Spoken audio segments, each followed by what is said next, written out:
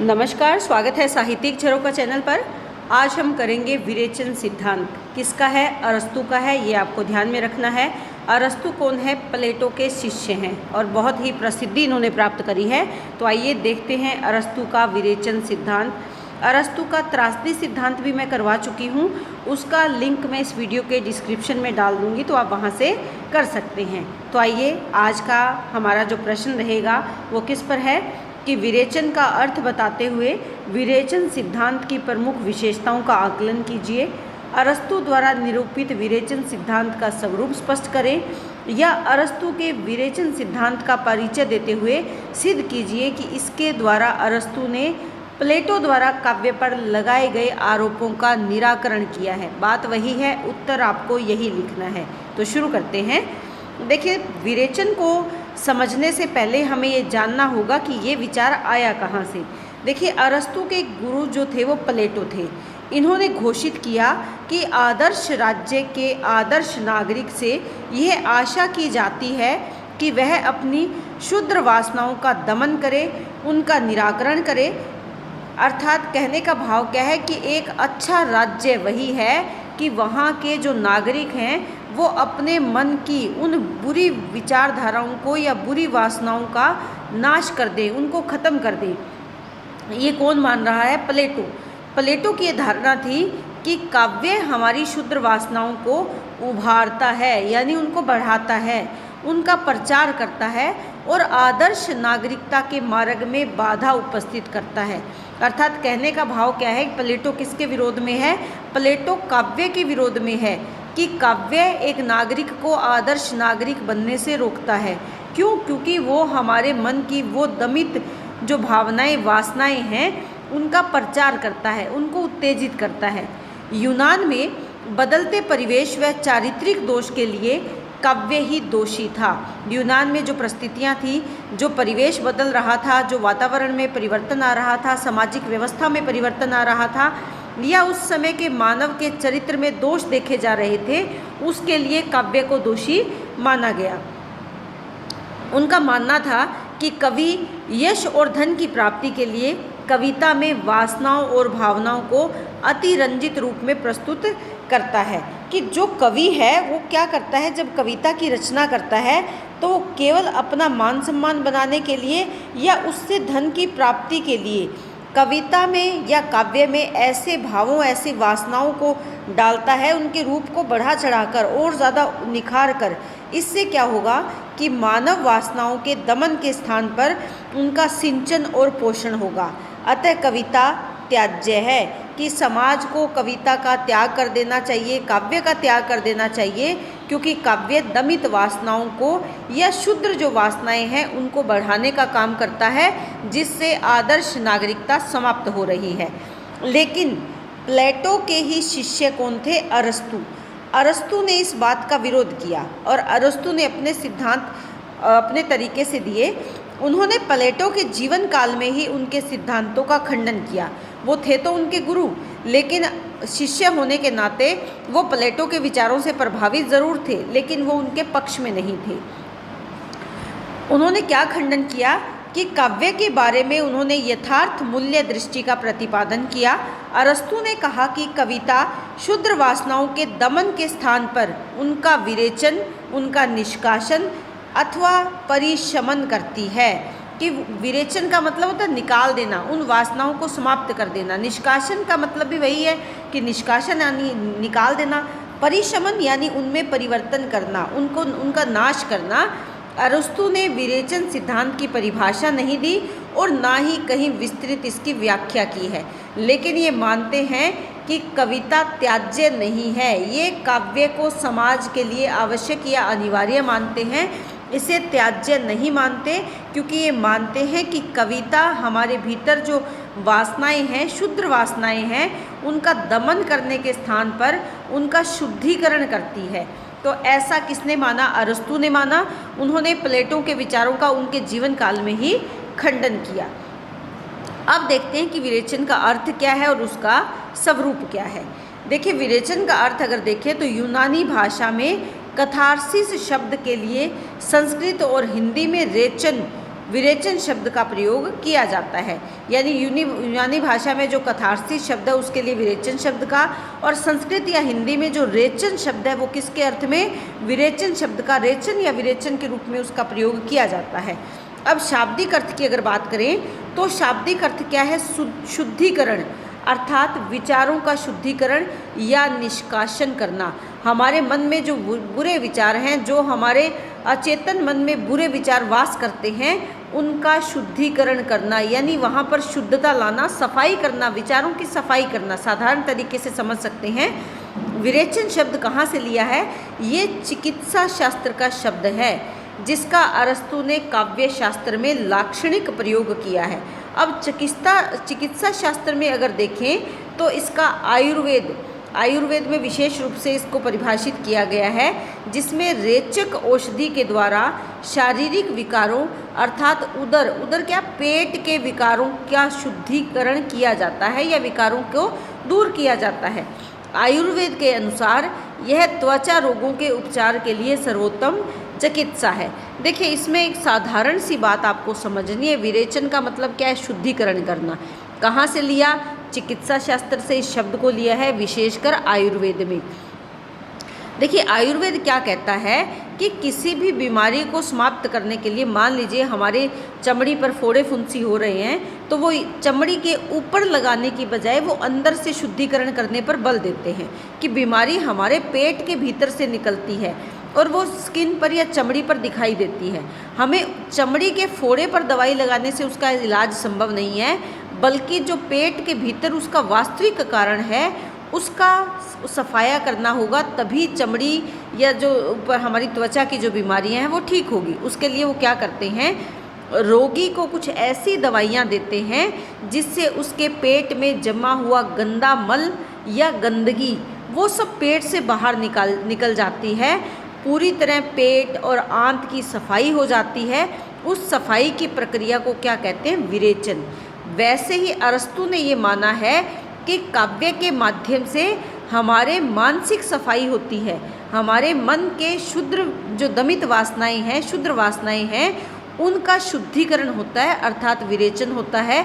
और जो भाव पीछे बचते हैं वो हमें क्या देते हैं, आनंद देते हैं। वैसे ही जैसे पेट का रोग होने पर, ठीक होने पर रोगी आनंद का अनुभव करता है, वैसे ही मानसिक विचारों का शुद्धिकरण होने पर भी आनंद की अनुभूति होती है। तो इसे सरल तरीके से आप समझें।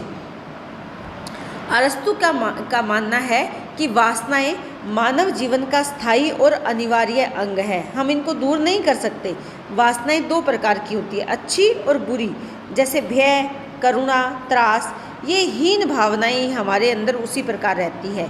यानी ये भाव हैं, ये कौन से भाव हैं, हीन, यानी ये अच्छे नहीं है। डरना, मन में करुणा का भाव आना, त्रास यानी दुख आना, तो हमारे अंदर ये वैसे ही रहती है जैसे साहस, वीरता और प्रेम, ये उच्च भावनाएं मानी गई हैं। उच्च भावनाएं जैसे साहस है, वीरता का भाव है, प्रेम का भाव है, ये अच्छे भाव हैं। और हीन भाव कौन से, जहाँ पर हमें डर लगे, हमें दुख हो, हम करुणा से युक्त हो जाएं, वो क्या है, हीन भावनाएं हैं। इन भावनाओं का दमन करके मन को शांति प्राप्त नहीं होती, बल्कि उन्हें जगाकर उनका विरेचन करके ही मन को शांति प्राप्त होती है।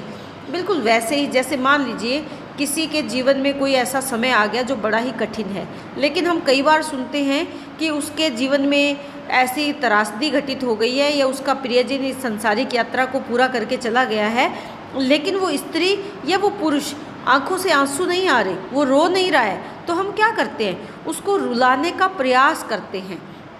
जब वो खूब जी भर के रोता है तो क्या होता है, उसके भीतर की जो दमित वासनाएं हैं, जो शुद्र वासनाएं हैं, वो आंसुओं के माध्यम से निकल जाती है। और जब वो कब होता है, जब हम उसे कुछ ऐसी बातें सुनाते हैं जिससे उसके मन के भाव जागृत हो जाते हैं, तेज हो जाते हैं। उन भावों को, उन बातों को सुनकर वो रोना शुरू करेगा। जब रोना शुरू होगा तो क्या है, वो उसके मन का दुख आंखों के माध्यम से बाहर निकल आएगा और उसका मन हल्का होगा। यानी उसके मन में जो करुणा, कुंठा, दुख, भय, ऐसे जो भाव हैं वो आंसुओं के माध्यम से बाहर निकल आएंगे। तो क्या हो जाएगा, उसका शुद्धिकरण हो जाएगा। किसका, मानसिक विचारों का। तो इसके लिए उन्होंने उदाहरण दिया है, जैसे वैद्य पेट के विकार के लिए व्यक्ति को औषधि देकर मल विरेचन द्वारा शारीरिक और मानसिक शांति प्रदान करता है, उसी प्रकार से अरस्तु का विरेचन सिद्धांत काव्य पर लागू होता है। कविता हमारे मनोभावों को शुद्ध करती है, अतः कविता त्याज्य नहीं है। इसीलिए समाज को कविता का त्याग नहीं करना चाहिए, उसका विरोध नहीं करना चाहिए, उसे छोड़ना नहीं चाहिए। जबकि प्लेटो क्या कहते हैं, कविता को छोड़ देना चाहिए, कविता त्याज्य है, ये समाज के लिए उपयोगी नहीं है। लेकिन अरस्तु इस बात का विरोध करते हैं। इसके बाद देखते हैं विरेचन की व्याख्याएं।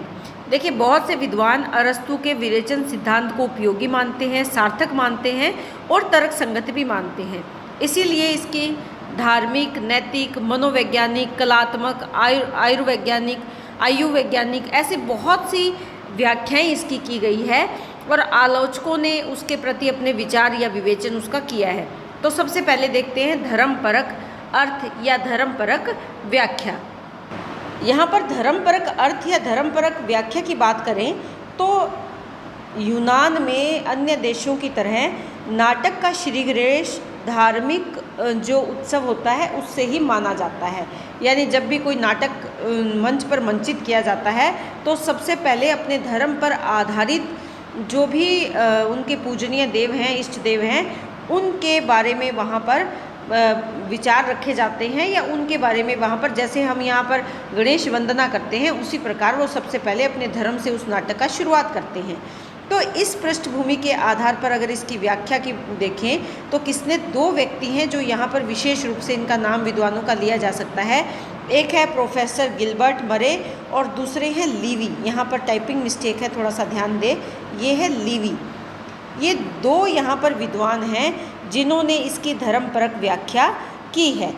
जो प्रोफेसर गिलबर्ट मरे हैं वो मानते हैं कि यूनान में जब वर्ष की शुरुआत होती है उस समय डियोन्यूसुस नामक यूनानी देवता से संबंध एक उत्सव का आयोजन बहुत ही धूमधाम से किया जाता है। और ये जो उत्सव है ये अपने आप में एक विशेष शुद्धिकरण का प्रतीक है, क्योंकि इस अवसर पर देवता से ये प्रार्थना की जाती है कि जो भी हमारा बीता हुआ वर्ष है उसमें हमने जो भी पाप किए, बुरे कर्म किए, आगामी वर्ष में वैसा हमसे ना हो। इसीलिए आप हमारे मन को शुद्ध करें ताकि आने वाले वर्ष में हम उन पापों को ना दोहराएं। ये किसने माना है? प्रोफेसर गिलबर्ट मरे ने माना है। लीवी ने भी एक अन्य तथ्य की ओर संकेत किया है। उनके अनुसार अरस्तु के जीवन काल में ही यूनानी ट्रेजेडी रोम में प्रवेश कर चुकी थी, किंतु ये प्रवेश किसी कलात्मक उद्देश्य की पूर्ति के लिए नहीं था, बल्कि धार्मिक अंधविश्वास के परिणाम स्वरूप हुआ। रोम निवासियों की ये मान्यता थी कि इस प्रकार का उत्सव अगर हम मनाएंगे, यानी धार्मिक उत्सव जब हम मनाएंगे, तो देवी देवता हमारी जो जीवन में आने वाली आपदाएं हैं, जो बुरी परिस्थितियां हैं, उनका निवारण करेंगे। तो यहाँ पर अगर देखें तो अरस्तु के अपने विरेचन सिद्धांत की प्रेरणा इसी प्रक्रिया से मिली। कौन सी प्रक्रिया से? धर्मपरक प्रक्रिया से, जो धार्मिक प्रक्रिया यूनान में चल रही थी कि सब इकट्ठे होते हैं।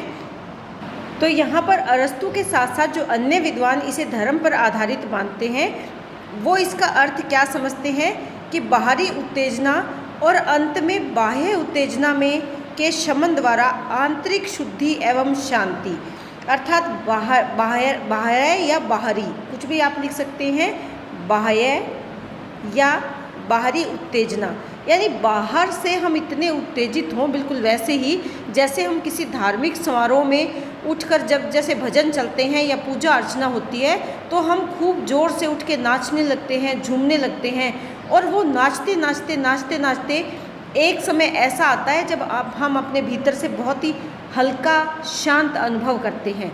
ये वही विरेचन का अर्थ यहाँ पर धर्म के आधार पर मानते हैं। दूसरा क्या है, अगर हम देखें तो कुछ विद्वान इस बात की आलोचना भी करते हैं। वो ये मानते हैं कि जो ये मानसिक शुद्धि की हवाला यहाँ पर दिया है कि धार्मिक प्रथा से जोड़कर इसे देखना इतना उचित नहीं है। धर्म का प्रभाव हो भी सकता है, लेकिन ये प्रभाव प्रत्यक्ष या अप्रत्यक्ष दोनों रूपों में संभव है। धर्म भी श्रोता के भावों को उत्तेजित कर सकता है। कविता पाठक के कारण पाठक की जो करुण मनोवृत्तियाँ हैं उनका निवारण नहीं करती, अपितु स्वास्थ्यपरक भावनाओं की अभिवृद्धि भी करती है। तो कुछ विद्वान हैं जो मानते हैं, कुछ विद्वान इसकी आलोचना भी करते हैं। दूसरा हम देखते हैं नीतिपरक अर्थ। नीतिपरक अर्थ की दृष्टि से अगर हम देखें तो यहाँ पर जो विद्वान जिन्होंने इसका प्रतिपादन किया है वो कौन है? वॉर्नेज है, कार्नेई है और रेसिन है। इन्होंने अपने अपने ढंग से इस अर्थ का प्रतिपादन किया है। जो अरस्तु का ग्रंथ है पॉलिटिक्स, उसी के उदाहरण के आधार पर या उसी के भीतर जो विचार उन्होंने व्यक्त किए हैं उनके आधार पर किया गया, जिसमें उसने संगीत का एक उद्देश्य विरेचन भी बताया। यानी संगीत केवल सुनने के लिए नहीं बल्कि संगीत के माध्यम से विरेचन किया जा सकता है। जो जर्मन के विद्वान हैं वॉर्नेज, उनको देखें तो उन्होंने विरेचन की जो स्थापना है वो किस अर्थ में की है? नीतिपरक अर्थ में की है, क्योंकि वो मानते हैं कि व्यक्ति का मानसिक स्वास्थ्य है, यानी मानसिक मन से अगर व्यक्ति स्वस्थ है तो ही उसका जीवन ठीक तरीके से चल पाएगा। अगर हम मन को देखें तो मन में भी बहुत सारे ऐसे मनोविकार हैं जो घर बनाए रहते हैं। इन मनोविकारों में अगर देखें तो करुणा है, भय है, इनका अपना एक स्थान है। त्रासदी के माध्यम से ऐसी काल्पनिक परिस्थितियाँ दृश्य के रूप में प्रस्तुत की जाती है जिसमें मानव के ये जो भाव है, चाहे वो करुणा का भाव है, चाहे वो भय का भाव है, वो अतिरंजित रूप में प्रस्तुत किया जाता है। और जब वो काल्पनिक परिस्थितियाँ परिपूर्ण हो जाती है तब उन परिस्थितियों से जब एक व्यक्ति अपने मानसिक रूप से गुजरता है तो उसमें उसका तीव्रता से परिवर्तन आता है या तीव्रता से वो उससे प्रभावित होता है, जिससे उनके मानसिक जो विकार है उनका शमन संभव हो जाता है। इसी बात को जो कार्नेई है या जो रेसिन है उन्होंने भी स्वीकार किया है। नीतिपरक अर्थ की दृष्टि से अगर देखें तो क्या मानते हैं कि मनोवेग या मनोवेगों अथवा मनोविकारों के उद्दाम उद्वेलन के पश्चात जो उद्वेग का शमन और उससे उत्पन्न मानसिक विशुद्धता है। उद्वेग क्या है? जो हमारे मानसिक विकारों में तेजी आई। जैसे मान लीजिए हमने कोई दृश्य देखा, उसमें कोई रोने वाला व्यक्ति रोता है तो हम उसके साथ आंखों से खूब ज़ोर ज़ोर से हमारे आंसू निकलने लगते हैं। वो आंसू केवल सामने वाले पात्र के लिए नहीं, हमारे भीतर दबे हुए दर्द या दुख का भी हम यहाँ पर शमन कर रहे हैं। शमन यानी समाप्ति। और जब वो समाप्ति हो जाती है तो हम मानसिक रूप से विशुद्ध हो जाते हैं, मन की सफाई हो जाती है, मन के जो दबे हुए विचार हैं वो खत्म हो जाते हैं। तो ये नीतिपरक अर्थ के रूप में भी देखते हैं। और अगर नीतिपरक अर्थ की बात करें तो जो आधुनिक मनोविश्लेषण शास्त्र है वो भी इस बात की पुष्टि करता है। उसमें आप नाम ले सकते हो, जो फ्रायड है, एडलर है, जुंग है, ये आधुनिक मनोविश्लेषण से जुड़े हुए विद्वान हैं जो मनोविश्लेषणात्मक विचार प्रस्तुत करते हैं। ये भी यही मानते हैं कि जब मानव की जो वासनाएं हैं परितृप्त नहीं होती, दब जाती है, मन में कुंठित हो जाती है, तो ऐसे हमारे अवचेतन मन में अनेक वासनाएं हैं जो बैठ जाती है। लेकिन जब उनको उचित वातावरण मिलता है, उचित परिस्थितियाँ प्राप्त होती है, तो वो मनोवेग तृप्ति प्राप्त करते हैं और उसका विरेचन के माध्यम से दमन या शमन हो जाता है, यानी हम उनको निकाल लेते हैं। इससे भावातिरेक से यानी भावों का बहुत ज़्यादा जब बढ़ जाते हैं तो ये किसके लिए ज़रूरी है? ये मानसिक स्वास्थ्य के लिए लाभकारी बन जाते हैं। उसके बाद है कला परक अर्थ, यानी कलात्मक दृष्टि से अगर हम देखें तो इसमें हम दो विद्वानों के नाम ले सकते हैं जिन्होंने इसका यहाँ पर प्रतिपादन किया है। एक तो गेटे हैं, दूसरे कौन है? प्रोफेसर बूचर है। ये मानते हैं कि विरेचन शब्द केवल मनोविज्ञान अथवा निदान शास्त्र के एक तथ्य विशेष का ही वाचक नहीं है, बल्कि एक कला सिद्धांत का भी व्यंजक है, यानी कला के आधार पर भी हम इसका प्रयोग कर सकते हैं। काव्य शास्त्र में अगर हम देखें तो कला संबंधी सिद्धांत के संदर्भ में उसका अर्थ बहुत ज़्यादा व्यापक हो जाता है, बढ़ जाता है। मानसिक सामंजस्य और संतुलन विरेचन का प्रारंभिक भाग है, जिसका अगर हम देखें तो परिणति कैसे होती है? कलात्मक परिष्कार में होती है। और ये कलात्मक परिष्कार त्रासदी के कलागत आस्वाद का अवश्य ही प्रतिफलन मिलता है। तो यहाँ पर हमें क्या ध्यान में रखना है कि करुणा और भय के माध्यम से मानव मन के कुत्सित भावों का परिष्कार करना, यानी करुणा और भय त्रासदी के माध्यम से। त्रासदी क्या है? जो अरस्तू ने माना एक ऐसा नाटक जो मंच पर दिखाया जाता है, जो जीवन के किसी ऐसे भाग को प्रदर्शित करता है जिसमें बहुत ज़्यादा दुख हो, या हमारे जीवन के किसी ऐसे पक्ष को जो हमने दबा के रखा हो। तो यहाँ पर करुणा और भय के माध्यम से मानव मन के उन दबे हुए कुंठित भावों का परिष्कार करना, यानी शुद्धिकरण करना, ऐसा जो विचार दिया है ये गेटे और प्रोफेसर बूचर इस सिद्धांत को पक्षधर मानते हैं, या इसकी अगर देखें तो इसका प्रतिपादन करते हैं। और इसके अगर हम विस्तार से जानें जो कलापरक अर्थ है, तो जो बूचर हैं वो दो पक्ष मानते हैं।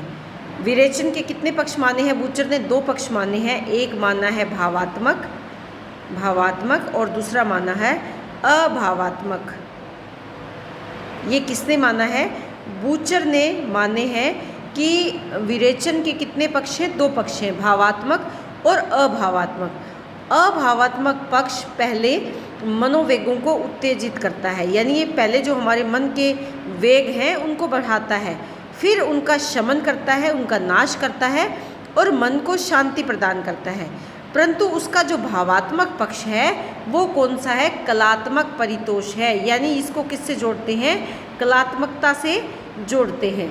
विरेचन से अगर देखें, अरस्तु ने केवल मन का सामंजस्य और भावनाओं का शुद्धिकरण, इसी से मन को शांति मिलती है और मन की ये शांति सुखकारी होती है। लेकिन जो प्रोफेसर बूचर हैं वो त्रास और करुणा के साधारणीकरण होने की अव्यवस्था के परिवर्तन के द्वारा कलात्मक प्रक्रिया पर बल देते हैं, यानी जो साधारणीकरण की प्रक्रिया है, जो भावात्मक और अभावात्मक रूप से वो देखते हैं, इस बात पर वो बल देते हैं। जो डॉक्टर नगेंद्र है वो इस विरेचन सिद्धांत के अंतर्गत इसे स्वीकार नहीं करते। वो उनका क्या मानना है कि विरेचन के द्वारा जो व्यक्ति विशेष है या प्रेक्षक है उसके मन की शांति को अनुभव करता है, अतः कलापरक अर्थ उनको मान्य नहीं है। यहाँ पर कलात्मकता या कलापरकता को डॉक्टर नगेंद्र स्वीकार नहीं करते, जबकि जो बूचर है वो इसको स्वीकार करते हैं। इसके बाद देखते हैं, देखिए हम इसके अलग अलग भाग कर रहे हैं। सबसे पहले हमने किया इसकी व्याख्याएं अलग अलग विद्वानों ने अलग अलग तरीके से की है विरेचन की। कुछ मानते हैं कि विरेचन को किसके अर्थ में देखते हैं? धर्मपरक अर्थ में मानते हैं। कुछ इस प्रक्रिया को नीतिपरक अर्थ में स्वीकार करते हैं। कुछ विरेचन की प्रक्रिया को कलापरक अर्थ के रूप में देखते हैं। कुछ इसे भावमूलक अर्थ के रूप में भी स्वीकार करते हैं। यहाँ अगर किसी का नाम लिया जा सकता है तो लूकस है, हर्बर्ट है और रीड है। ये जो विद्वान है या आलोचक है, ये वास्तविक जीवन में करुणा और भय जैसे भावों का उद्रेक इन्होंने सुरक्षित नहीं माना, किंतु इन भावों का दबाव भी न तो संभव है और न ही स्वस्थ, यानी ये भावमूलक अर्थ के रूप में ही देख रहे हैं। तो ये मानते हैं कि कुछ क्षण के लिए नाटक के अंत में उन भावों के लिए हमारी मांग समाप्त हो जाती है, जिससे हमें मानसिक विश्राम प्राप्त होता है। देखिए सरल तरीके से अगर समझे तो लूकस ये मानते हैं कि हम कुछ पल के लिए नाटक यानी त्रासदी को देखने के लिए हम चाहते हैं। ये इसके पीछे आएंगी ये पंक्तियाँ, थोड़ा ध्यान दें कि जब हम नाटक या त्रासदी को देखने के लिए जाते हैं तो हम उन भावों को प्राप्त करने के लिए जाते हैं। मान लीजिए कोई वीरता से परिपूर्ण मूवी है या कोई त्रासदी पूर्ण नाटक हम देखते हैं जिसका एंड दुखदाई होता है, वहाँ पर हीरो भी वहाँ नहीं बच पाता, हीरोइन नहीं बच पाती, दोनों का मेल नहीं हो पाता, या दोनों के जीवन में कुछ ऐसा घटित हो जाता है जिसको देखकर हमारे भीतर दुख आता है। तो ये मानते हैं कि हम कुछ पल के लिए उन भावों को देखने के लिए जाते हैं, प्राप्त करने के लिए जाते हैं। क्यों? क्योंकि हमारे मन में उन भावों की मांग है, हमारे भीतर उनकी मांग जब समाप्त हो जाती है तो हम मानसिक रूप से शांत हो जाते हैं, विश्राम मिल जाता है। और इसी को ये मानते हैं कि ये विरेचन का कौन सा अर्थ है? भावमूलक अर्थ है। मान लीजिए मेरे मन में भय भी है, करुणा भी है, दुख भी है। इस भाव को मैं समझना चाहता हूँ या इस भाव को मैं समझना चाहती हूँ जब मैं कोई थिएटर में जाकर या किसी मंच पर जाकर मैं किसी जहाँ नाट्यशाला है वहाँ जाकर मैं नाटक को जब देखती हूँ तो मेरे वो भाव सामने आ जाते हैं और मुझे उस समय आनंद की प्राप्ति होती है, क्योंकि वो भाव तो मेरे भीतर हैं, उन भावों को समझने की मांग मेरे भीतर है, यानी मैं उन भावों को पाना चाहती हूँ। लेकिन जब मैं त्रासदी को देखती हूँ तो थोड़े समय के लिए मैं उन भावों को प्राप्त कर लेती हूँ। अगर सामने वाला जो मुख्य नायक है वो अगर रो रहा है तो मैं उसके साथ रोने लगती हूँ, वो अगर दुखी है तो मैं उसके साथ दुखी हो जाती हूँ। इससे क्या होता है कि वो भाव, वो परिस्थितियाँ मुझे मिल जाती हैं और मैं कुछ पल के लिए शांत हो जाती हूँ, यानी मेरे विचारों का विरेचन हो जाता है, शुद्धिकरण हो जाता है और मुझे उस पल के लिए शांति प्राप्त होती है। यहाँ इसको ये भाव से जोड़कर देख रहे हैं, संपूर्ण जीवन से जोड़कर नहीं देख रहे। उसके बाद अगर हम बात करें मनोवैज्ञानिक अर्थ की, देखिए मनोवैज्ञानिक अर्थ के प्रतिपादक के रूप में अगर हम देखें तो I.A. रिचर्ड्स का नाम लिया जा सकता है। ये करुणा को प्रवृत्ति मूलक भाव और भय को निवृत्ति मूलक, यानी जो करुणा है ये एक प्रवृत्ति विशेषता है और भय क्या है, उसके निवारण करने वाला। अर्थात करुणा के जागृत होने पर हमें किसी प्रकार की क्रिया में प्रवृत्त होते हैं जिससे पीड़ित व्यक्ति का दुख दूर हो जाए। देखिए मान लीजिए हमने किसी घायल व्यक्ति को देखा, वो दुखी है, हमारे मन में कौन सा भाव आएगा, करुणा का भाव आएगा। हम जाकर उसकी सहायता करेंगे। किस लिए सहायता करेंगे? उसके दुख को दूर करने के लिए। किंतु भय में हम उस दृश्य से दूर भागते हैं। मान लीजिए हमने कोई भयानक दृश्य देखा तो हम भूत देख लिया, मान लीजिए कोई डरावनी पिक्चर चल रही है, हमने देखा कि एकदम से टीवी स्क्रीन पर कोई भूत आ गया, हम क्या करेंगे? आंखें बंद कर लेंगे, हम उस सीन को आगे बढ़ा देंगे या हम उसे देखना नहीं चाहेंगे, यानी हम दूर भागना चाहते हैं।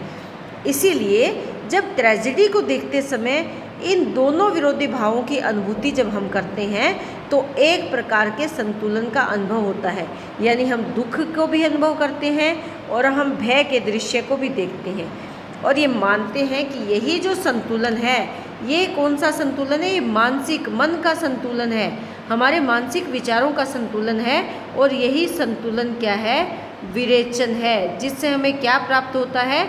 आनंद की प्राप्ति होती है। किसने माना है? I.A. रिचर्ड्स ने माना है। उसके बाद अगर देखिए होम्योपैथिक तथा एलोपैथिक अर्थ, यानी चिकित्सा के क्षेत्र में अर्थ। देखिए विरेचन के पहले अर्थ का प्रतिपादन इटली के पुनर्जागरण काल के कुछ आलोचकों द्वारा किया गया। अंग्रेजी के कवि जो मिल्टन, उन्होंने इसका अनुमोदन किया है। यह अर्थ होम्योपैथिक चिकित्सा पद्धति की भांति समान से समान चिकित्सा सिद्धांत पर आधारित है। अगर हम वर्तमान समय के नव क्लासिकवाद के काल में भावुकता के बढ़ते हुए प्रभाव के परिणाम स्वरूप विरेचन के लिए एलोपैथिक अर्थ को भी समर्थन मिल रहा है। इसके संदर्भ में देखें तो इसमें समान का असमान से चिकित्सा पद्धति पर बल दिया गया है। डॉक्टर जॉनसन ने इसका समर्थन किया है। होम्योपैथिक का समर्थन किसने किया है? मिल्टन ने किया है। और एलोपैथिक अर्थ में किसने किया है? डॉक्टर जॉनसन ने किया है। यहाँ पर इन दोनों के विचारों को अगर पद्धति के आधार पर, चिकित्सा पद्धति के आधार पर देखें तो ये मानते हैं कि जो भाव है ये मानवीय कार्यों के प्रेरक होते हैं और जब मानवीय कार्यों से प्रेरक है तो उसमें अशुद्ध तत्वों का सम्मिलन हो जाता है, यानी अशुद्ध तत्वों से वे परिपूर्ण होते हैं। तो ये आवश्यक हो जाता है कि करुणा और भय के माध्यम से इन अशुद्धियों का शुद्धिकरण किया जाए। बिल्कुल वैसे ही जैसे किसी बीमारी का होम्योपैथिक दवाई या एलोपैथिक दवाई के द्वारा निराकरण किया जाता है या निवारण किया जाता है। लेकिन यहाँ पर जो ल्यूकस है वो इस बात का विरोध करते हैं। इस बात का विरोध किसने किया है ये आप ध्यान में रख सकते हैं। ल्यूकस ने इस बात का विरोध किया है। ये मानते हैं कि जो नाट्यशाला है या प्रेक्षागृह है वो कोई हॉस्पिटल या अस्पताल नहीं है जहाँ पर शरीर के रोगों का इलाज किया जाए। यहाँ पर अंतर्मन के भावनाओं और रोगों का उपचार होता है। प्रेक्षक आनंद अनुभूति पाने के लिए नाटक देखने के लिए जाता है, यानी वो किसी रोग का उपचार करने के लिए नहीं जाता बल्कि आनंद प्राप्त करने के लिए वो कोई भी नाटक देखने के लिए वहाँ पर पहुँचता है। तो यहाँ जो विद्वान सहमत है, कुछ उनसे सहमत भी है जो इन विचारों को नहीं मानते। तो हमने यहाँ पर जो व्याख्याएं देखी, पहला हमने धर्मपरक अर्थ देखा इसका, दूसरा नीतिपरक, तीसरा कलापरक, चौथा जो हमने इसका देखा ये कौन सा है, ये है भावमूलक अर्थ, पांचवा है मनोवैज्ञानिक अर्थ और छठा कौन सा है, होम्योपैथिक अर्थ। मूल रूप से जो इसके धर्मपरक, नीतिपरक और कलापरक तीन व्याख्याएं इसकी ज़्यादा प्रसिद्ध है, जिनके आधार पर विरेचन की व्याख्या की गई है। अब देखिए, जो इस तरह के विचार आते हैं उन पर कुछ ना कुछ आरोप भी लगते हैं। तो विरेचन सिद्धांत पर जो आरोप लगाए गए हैं उनके बारे में भी हमें पता होना चाहिए। अनेक विद्वानों ने विरेचन सिद्धांत पर आरोप लगाए हैं। उन्हें विरेचन प्रक्रिया के अस्तित्व पर भरोसा या विश्वास नहीं है।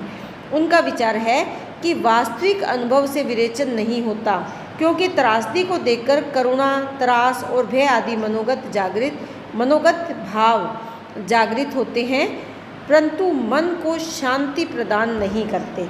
ये मानते हैं कि मान लीजिए हमने किसी नाटक में किसी को रोते हुए देखा तो ये भाव तो जागेंगे, हम दुखी तो होंगे, लेकिन ये ज़रूरी नहीं कि हम शांत हो जाएं, हमें आनंद मिले।